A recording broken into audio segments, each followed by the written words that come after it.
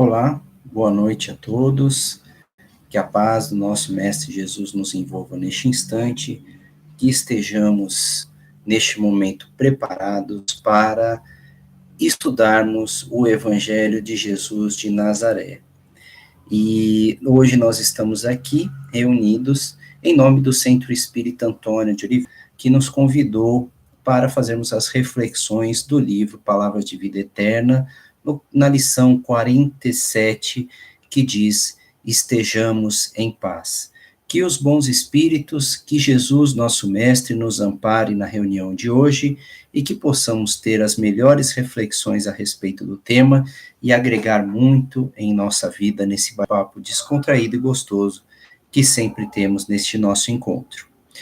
E assim, para iniciarmos, nós sempre começamos com uma prece, vamos então elevando o nosso pensamento a Jesus de Nazaré e pedindo que o nosso Mestre Jesus esteja conosco neste instante, presente nas nossas vidas, em nossos pensamentos e em nossas atitudes.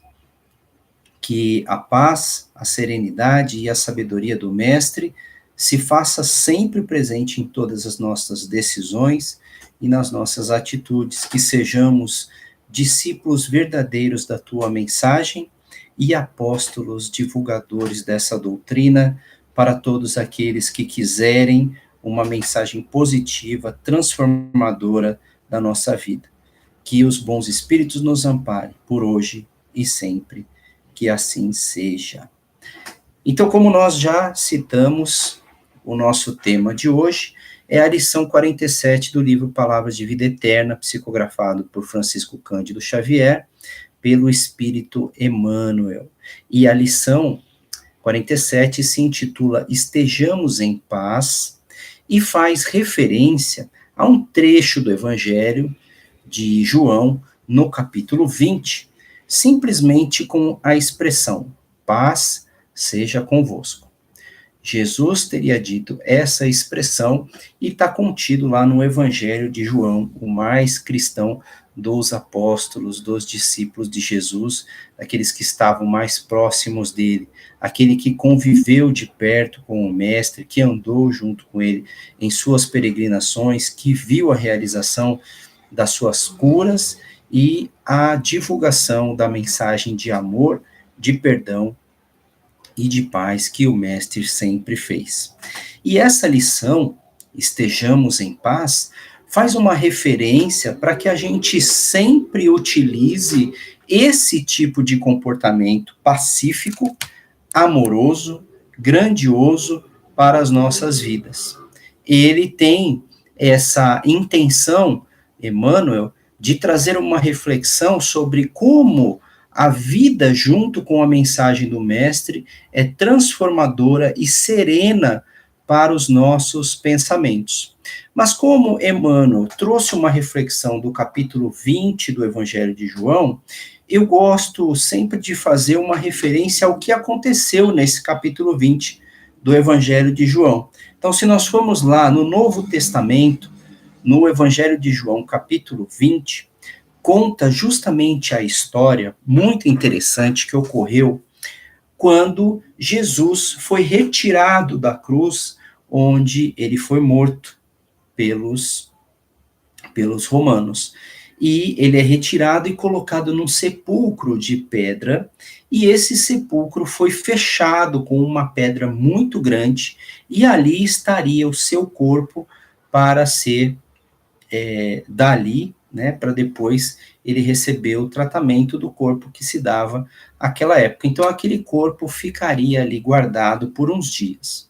Bom, passado a crucificação, passado a morte do Mestre, Maria Madalena, que era a discípula mais próxima dele, que estava sempre junto, aquela que o Mestre transformou a sua vida da água para o vinho, praticamente, fazendo com que ela recebesse muitas bênçãos, muitas alegrias, muita paz, mesmo tendo uma consciência tão culpada, mas tendo visto o perdão do Mestre por todas as suas ofensas e por todas as pessoas que agiam no mal, mas se transformaram depois de contato com ele, ela também, nesse mesmo sentido, também tinha sentido isso no seu coração e tinha se transformado numa pessoa melhor. E a morte de Jesus para ela era uma coisa muito dolorida, né, a sua partida para o mundo espiritual, porque apesar dele ter dito, né, que estava próximo o momento de retorno ao Pai, ninguém queria de fato que o mestre saísse de perto. Ninguém que teve o contato da proximidade física com Jesus, com aquela energia bondosa, curadora e tranquilizante, aquela energia do mestre, ninguém queria que o mestre se afastasse. Mas assim foi feito porque assim era determinado para ter sido feito. O mestre passaria por essas situações devido à sua missão renovadora que ele tinha no planeta. E tudo isso aconteceu por um grande propósito divino, do nosso Pai maior, do grande arquiteto do universo de todas as coisas. Maria Madalena, então, ela sai de sua casa e vai até a porta do sepulcro onde estaria o corpo de Jesus. E ao se aproximar, ela vê que aquela pedra está removida. E olhando ali de longe, sem entrar muito perto, ela percebe que o corpo de Jesus não está mais ali. E então ela se põe a chorar diante do sepulcro, desesperada, porque ela queria ter a proximidade do corpo de Jesus. Ela queria saber o que aconteceu com ele. Ela queria ter uma referência, daquela referência que nós todos temos, de algo material. E algo material para nós é representado por tudo que a gente pode tocar, pelo nosso corpo. Para Maria Madalena, não era diferente, ela tinha essa necessidade do corpo de Jesus perto, de identificá-lo, de vê-lo, que ele estava ali. Porém, ao chegar no sepulcro, ela se entristece muito em ter visto a cena que ela viu. Relata, então, o Evangelho de João, que naquele momento ela se põe a chorar e aparecem dois anjos dentro do sepulcro. Um na cabeceira de onde estaria o corpo de Jesus, né, onde a cabeça dele estaria deitada, e outro onde estariam os pés dele, mas o corpo dele não estava mais ali.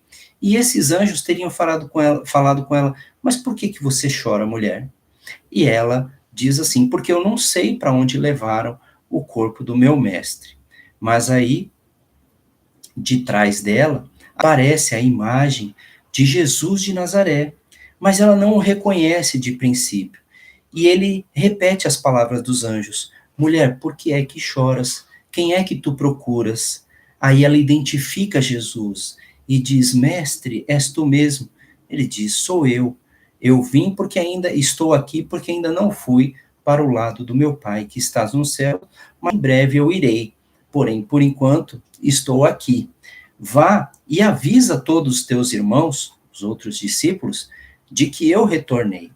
E olha que importante essa passagem, porque Maria Madalena passa, então, de uma pessoa que está somente crente e apegada no corpo de Jesus, não vê mais aquele corpo, se desespera, e Jesus, neste momento, quando aparece, diz para ela: paz seja convosco, paz seja convosco, esteja em paz, minha irmã, porque a morte do corpo não é motivo de tormento para a nossa alma sobrevive, e assim eu sou, espírito, alma, e não um corpo material que acabo de deixar a terra. Mas Maria Madalena corre até os discípulos e vai levar a mensagem de que Jesus teria retornado, só que nessa imagem. Quando ela chega lá, conta para os discípulos, eles não acreditam no que aconteceu. Eles entendem que aquilo ali foi uma alucinação de Maria de Madalena, mas ela diz, né, que ele mostrou as suas mãos e mostrou os buracos da mão onde foram aplicados os pregos da crucificação, e que seria ele mesmo a imagem de quem ela viu. Mas os discípulos, então, incrédulos, vão e correm junto até o sepulcro, identificam lá que só tem apenas os panos que enrolavam o seu corpo, e seu corpo não está mais lá. Porém, quando eles se reúnem a portas fechadas, com medo dos romanos que invadiam toda hora as reuniões onde os cristãos se reuniam para falar da mensagem de Jesus se fecharam e o Cristo aparece, Jesus de Nazaré, aparece nesse ambiente. E neste ambiente ele se revela a todos os discípulos, dizendo: acalmai-vos, paz esteja convosco. Mais uma vez ele usa a expressão mágica que nós devemos usar a todo momento: a paz esteja convosco. E ele, paz seja convosco. E ele, assim, acalma o coração dos discípulos, também desesperados e desnorteados com a morte do seu corpo, também identificando que o corpo não é nada, mas que a nossa alma continua. A alma de Jesus estaria com eles até o fim dos tempos, apesar do seu corpo já ter sido morto, já ter terminado a sua atividade material aqui nesse planeta, mas Jesus continuava vivo. Que maior expressão de amor, de vitória sobre a morte que o Mestre veio nos dizer. Mas dentre todos os discípulos, tinha um que não estava nem junto com Maria Madalena da primeira vez, e nem junto com os discípulos da segunda vez que Jesus aparece. Era Tomé. Lembram daquela história de ver para crer? Tomé diz aos outros discípulos: não, vós sois mentirosos, isso não é verdade. O Cristo não apareceu, só acredito se eu puder tocar com a minha mão no corpo dele, se eu puder tocar as chagas das suas mãos, que foram perfuradas pelos pregos, e puder ver que era ele mesmo. Passado 8 dias, então, Jesus, no mesmo local, a portas fechadas também, se revela para Tomé, junto com os outros discípulos, e diz: Tomé, eu sei que você só ia crer se você me visse, então estou aqui e apareci, pode me tocar. E e Tomé tocou o corpo de Jesus, e aí ele creu de verdade que era Jesus de Nazaré, que estava vivo e jamais morrera. O Cristo neste instante vence a morte, supera todos os medos, supera todas as angústias e se mostra diante de seus discípulos verdadeiros, aqueles que o amam de verdade e o seguem com todo o seu coração, mesmo não crendo de que ele poderia sobreviver à morte. Ele aparece para que todos possam aumentar a sua fé e a sua convicção na existência dele. Mas ele alerta que neste momento, meus irmãos, a paz seja convosco. Melhor seria aquele que não viu e creu do que aquele que precisou ver para crer. Por que é que o mestre diz essa mensagem? Porque aquele que precisa ver para crer, ele vive numa angústia de desconfiança constante de todas as pessoas. Mas naquele momento, aquele que não precisou ver para crer, mas que sabia que podia crer de que Jesus tinha esse poder de vencer a morte, era muito mais feliz porque tinha confiança e seguia a determinação do mestre quando dizia: a paz seja convosco. Então, meus irmãos, o que nós precisamos tirar dessa lição de João no capítulo 20? De que paz que nós sentimos em nossa alma, em nosso coração, é confiar naquilo que nós não estamos vendo ainda, mas que nós sabemos, por serem coisas boas, por estarmos agindo no bem, podemos confiar que essa constância de ação no bem, nas nossas atitudes, no bem que fazemos uns com os outros, como tratamos nossos familiares, como tratamos os nossos amigos, como tratamos os nossos fraternais irmãos da comunidade espírita, da nossa casa espírita que frequentamos, como temos paciência com aqueles que têm mais dificuldade de aprendizado. Como, se nós vivermos essa palavra do Cristo dentro do nosso coração, essa palavra nos trará a paz que estará conosco por todo o tempo. Deixando de lado todas as preocupações, os medos, as ansiedades e as frustrações. Não existe atualmente um mal maior na nossa sociedade do que a ansiedade, que é fruto do medo, da insegurança que nós estamos vivendo, se estamos fazendo certo ou errado. Como é que nós podemos saber se estamos fazendo certo ou errado, se nós estivermos em comunhão com as mensagens de Jesus de Nazaré? Jesus a todo tempo prega para nós que perdoemos os nossos irmãos, perdoemos os erros dos outros, porque nós precisamos de perdão. Viver no clima de perdão é usar a nossa inteligência espiritual de liberdade e também de humildade, de que nós não sabemos tudo e não estamos certos em tudo. Com a humildade, eu abro o meu coração para sempre aprender. Aprender com um irmão que pensa diferente de mim, que tem uma opinião diferente e que ele tem o direito de ser assim. De que se ele me ofende, pode ser o jeito dele, mas que se ele me ofende, e eu carrego essa ofensa, essa mágoa, esse rancor comigo, eu estou me algemando a minha alma dentro de um sentimento inferior. E por isso Cristo pede, perdoa, perdoa. Vai demorar um pouquinho, passa um tempo, mas eu preciso trabalhar esse perdão. Sempre vindo ao meu pensamento, quando eu lembrar da mágoa, ele está aprendendo também tanto quanto eu. Ele errou. Eu não preciso continuar sofrendo agressões para poder perdoar e ficar me sacrificando. Simplesmente todas as vezes que eu lembrar daquela ofensa, daquela mágoa, eu coloque em prática essa misericórdia com esse irmão que errou comigo. E que eu pense, ele errou, um dia ele vai se dar conta disso, um dia ele vai melhorar, e não cabe a mim ficar corrigindo as pessoas e ficar trazendo lição de moral para um ou para outro. Que cada um saiba no momento certo aquilo que fez e por que fez. Mas a mim só cabe respeitá-lo e desejá-lo que o quanto antes ele possa cair em si daquilo que fez. Esse pensamento deixa sempre uma porta aberta, uma esperança de que amanhã a gente possa reatar os nossos laços, se assim for possível e necessário. Que eu não fique com o meu coração guardado em mágoa, porque essa mágoa tira a minha paz. Vamos ver um pouquinho do que Emmanuel disse, caminho, tranquiliza o coração e segue em paz na direção do bem.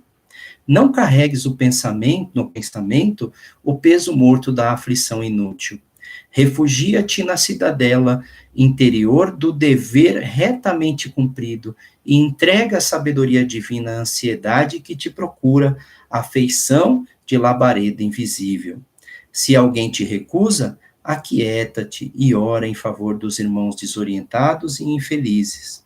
Se alguma circunstância te contraria, asserena tua alma e espera que os acontecimentos te favoreçam. Lembra-te de que és chamado a viver um só dia de cada vez, sempre que o sol se levante. Que o sol se levante. E por mais amplas se te façam as possibilidades, tornará uma só refeição e vestirá um só traje de cada vez nas tarefas de cada dia. O mestre pedindo para nós a serenidade e o equilíbrio, para que a gente aprenda que a gente vai viver um dia de cada vez. Não adianta ter toneladas de coisas para fazer se a gente só tem aquelas 12, 18 horas para poder fazer o nosso trabalho e precisamos descansar e ter um tempo com a família também. Vamos fazer e regrar a nossa vida de acordo com a nossa possibilidade. Não vamos almejar coisas muito maiores do que podemos abarcar neste momento. Embora te atormentes pela claridade diurna, a alvorada não brilhará antes da hora prevista, e embora te interesses pelo fruto de determinada árvore, não chegarás a colhê-la antes do justo momento. Para tudo tem a sua hora certa. A pretexto, porém, de garantir a própria serenidade, não te demores na inércia. Mentaliza o bem e prossegue na construção do melhor, como quem sabe que a colheita farta pede terra abençoada pela charrua, aquele carro que infiltra na terra para poder fazer a semeadura. Ou seja, a terra precisa ser preparada, a semeadura precisa ser realizada para que possamos ver os frutos daquilo que estamos plantando. Não é de uma hora para outra que vamos colher aquilo que nós iniciamos a plantar agora, mas a certeza é o pensamento no bem, nos coloca na direção correta.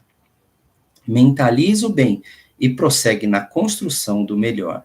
Sejam quais forem as tuas dificuldades, lembra-se de que a paz é a segurança da vida. Não nos esqueçamos de que, na hora da manjedoura, as vozes celestiais, após o louvor aos céus, expressaram votos de paz à terra, e depois da ressurreição, voltando gloriosamente ao convívio das criaturas antes de qualquer trabalho, disse Jesus aos discípulos espantados: a paz seja convosco.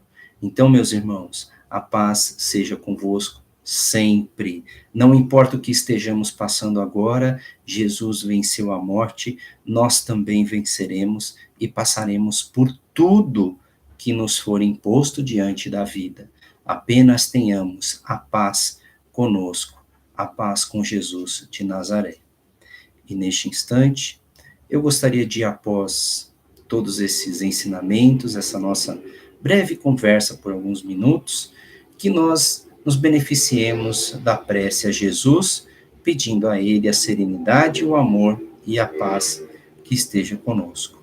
Senhor Jesus, neste instante, nos colocamos aqui diante dos agradecimentos à Tua mensagem, à Tua palavra, aos bons espíritos, benfeitores, trabalhadores nesta sua seara de amor e de fraternidade, o nosso agradecimento e pedido também que fiquem conosco por toda essa semana. Até o nosso próximo encontro, fiquem em paz, fiquem com Jesus. Que assim seja, graças a Deus. Até o nosso próximo encontro.